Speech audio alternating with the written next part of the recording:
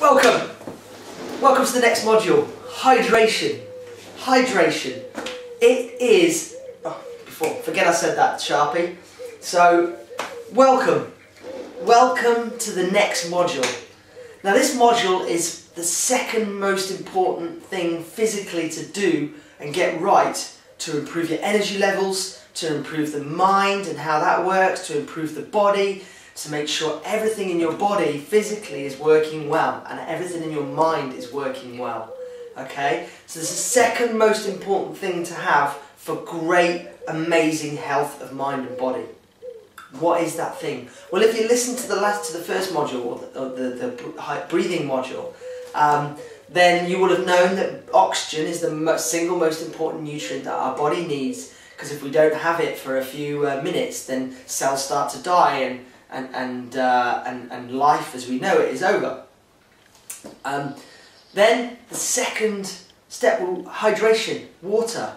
If we don't have water in our bodies for a few days, then again we can't live without it. It's so essential. And yet, when it's one of the most important things for our body and the health and the function of our body, yet why is 70%, 75% of most people in Britain and the UK, and I'm sure this is the same in America and many countries around the world, are dehydrated?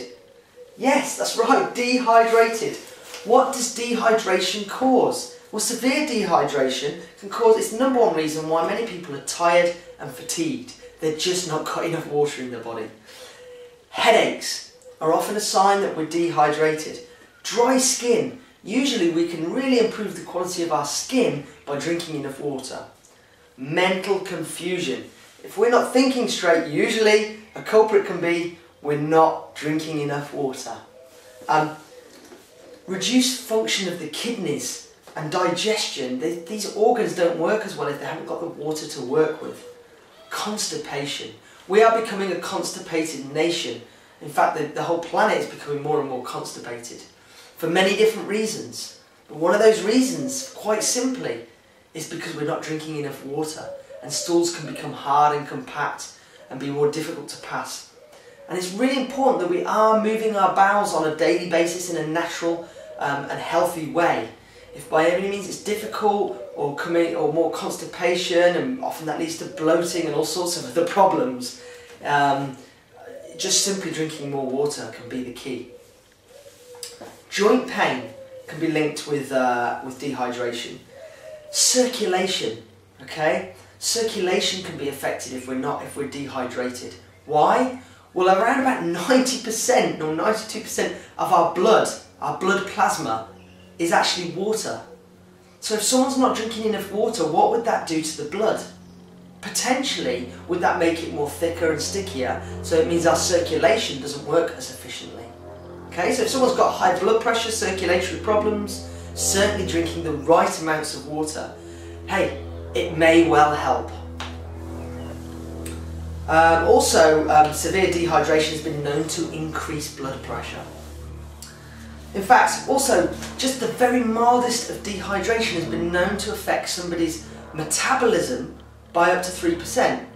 Just very mild, never mind if someone's severely dehydrated. What could that do to someone's metabolism? Well, let's think about this for a minute. If someone is dehydrated and they're more tired, are they likely to want to get up and move and do exercise? Are they going to have boundless amounts of energy? No. Yet if they've got more energy because they're hydrated, what are they going to do? They're going to do more. They're going to have more energy and enthusiasm. They're going to do more exercise, or at least feel like they could do more exercise, and it's more likely. And that will increase the metabolism as well. So see how this is such an important link to get right before we get into eating the right food, before we get into exercising. This is essential. This is the foundation, one of the key pillars for the foundation of great health. Now, what do most people do? They think, well, I'm not thirsty. I don't need more water because I'm not thirsty. And I'm here to say, in many cases when I've worked with clients who haven't been drinking much water, their body has forgotten what it's like to be hydrated. So the thirst mechanism just isn't working properly. And what I do is, when I gradually build up the drinking of water, I get them to drink maybe a glass or two more a day. and gradually get them to increase it to their correct levels based on their height and weight, and I'm going to share that with you later, the correct levels for you. So, so what was I saying? I was saying that I work with clients to gradually increase it, and the thirst mechanism has gone, because when they start to drink more water and then for whatever reason for a day they don't have as much, suddenly they switch on and they know that they can feel thirsty again, because they've built it up for a while and they know what it's like to be hydrated, and the body recognises the difference when it's back into dehydration again. So just because you're not thirsty doesn't mean that your body doesn't need water, okay? One of the best signs of whether we're hydrated or not, or dehydrated, is our urine. The colour of our urine is a really good indicator. So if our urine is very, very dark colour and has very strong smell to it, that can often be a sign that we're dehydrated, okay? There's actually a colour chart that you can get. You can probably go online and find this. And you can get the colour chart of the pee and see what colour your pee is, and see how hydrated you may be or not. So what we're looking for is a kind of straw yellow colour, kind of fairly, not too pale, but a kind of light yellow colour, okay? What do we need water for? So water is essential for helping our body absorb nutrients. Really, really key. It helps our body remove toxins with water. Water is a great carrier for things. It helps to transport oxygen to the cells. Remember earlier I said on the last module, in the breathing module, I said how oxygen is taken to the cells via the blood. Now what we've also just learned is that actually 90% to 92% of blood plasma is water. So if that's helping circulation and helping our blood, then it's helping deliver oxygen much more effectively to the cells. So it really helps with transporting oxygen to cells. It helps to transport hormones, control our body temperature. Yeah, helps to keep, if we've got the right amounts of hydration in our body and water in our body, helps regulate our body temperature. So if you're overheating and you're dehydrated, turn to the water to help. Helps keep our skin healthy.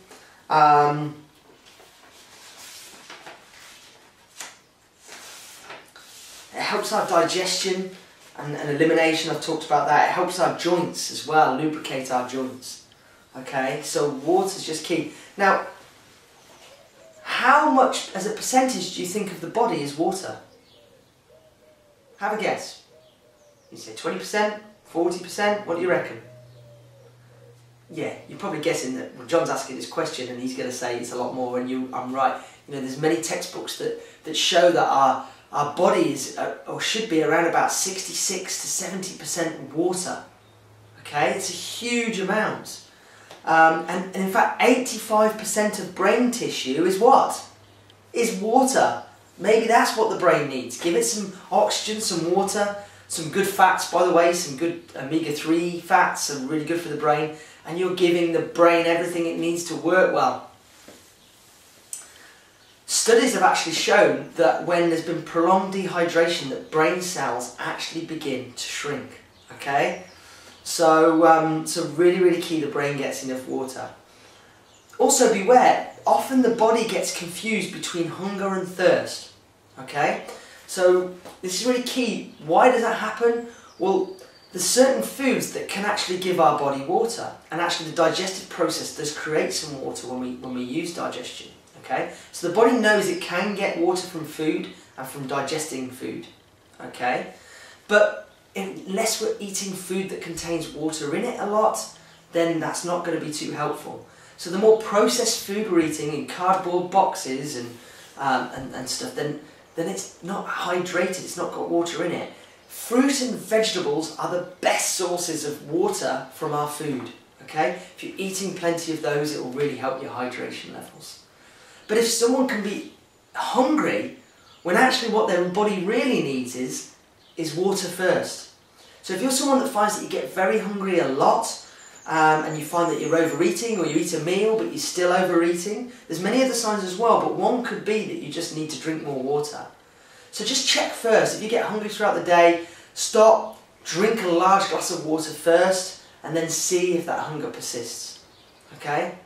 and make sure you're just topping up regularly intervals throughout the day with your hydration. Also, remember athletes are really hot on their hydration levels. In fact, they'll weigh before and after exercise to see how much they need to top up with their water levels. And it's been thought that a 5% drop in hydration levels can result in a 30% drop in exercise performance. You don't have to be an athlete to benefit from drinking enough water.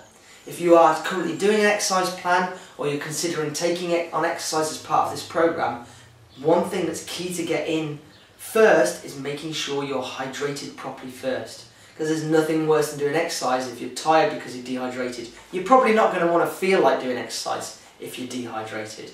Or if you are doing exercise and you're dehydrated, it's going to be pretty tough going, yeah? It's not going to be one of those enjoyable experiences. So, lots of reasons and facts why we need to drink enough water. So how much do we need to drink? Yeah? Because we hear, the standard 8 glasses, but what are the size of those glasses, for example? Well, I'm going to give you a calculation and I want you to work out your own. Okay, it's really simple. It's from a book by a guy called Dr. Batman Gelady, and he's written many books on water. In fact, one of his books is called Your Body's Many Cries for Water. And he really believes that a lot of people can have ill health and disease because they're not hydrated properly. And that's the first place to go and get one of the key places to go to start to get on a health regime and improve health. So check out his book. It's a really, really great book. So in his book, he says, times your body weight in kilograms by 0.033. Your body weight in kilograms times 0.033. And that'll work out how many litres of water you should be looking at getting in a day or building up to. So typically if someone's 60 kilograms, you're looking at about 2 litres a day. 70 kilograms, about 2.3 litres, and 80 kilograms, 2.6 litres, to give you an idea. Okay? Now those, I wouldn't recommend if you're not drinking much water to suddenly drink that much in one go. I'd certainly build up gradually. So if you're not drinking much, just start by having a litre a day. And then after maybe a week, then take it up to 1.5 litres. This is really important because it just helps your body get used to the water levels and balancing water levels again in your body. But also it's going to mean that you're not going to be spending all your trips going to the toilet and complaining about that, which means that you don't end up doing the thing your body needs by drinking water. Just drip feed it in, yeah? Gradually build up. And the best thing to do is just drip feed yourself throughout the day. Yeah, sipping body room temperature water is best. Sipping it throughout the day, topping it up. Body temperature, because the body has to work a lot harder if it's cold or too warm. The body has to work at it. Warm is probably better than cold. Some people can drink cold water and it gives them a bit of stomach cramp while they're trying to adjust to it. So room temperature is great.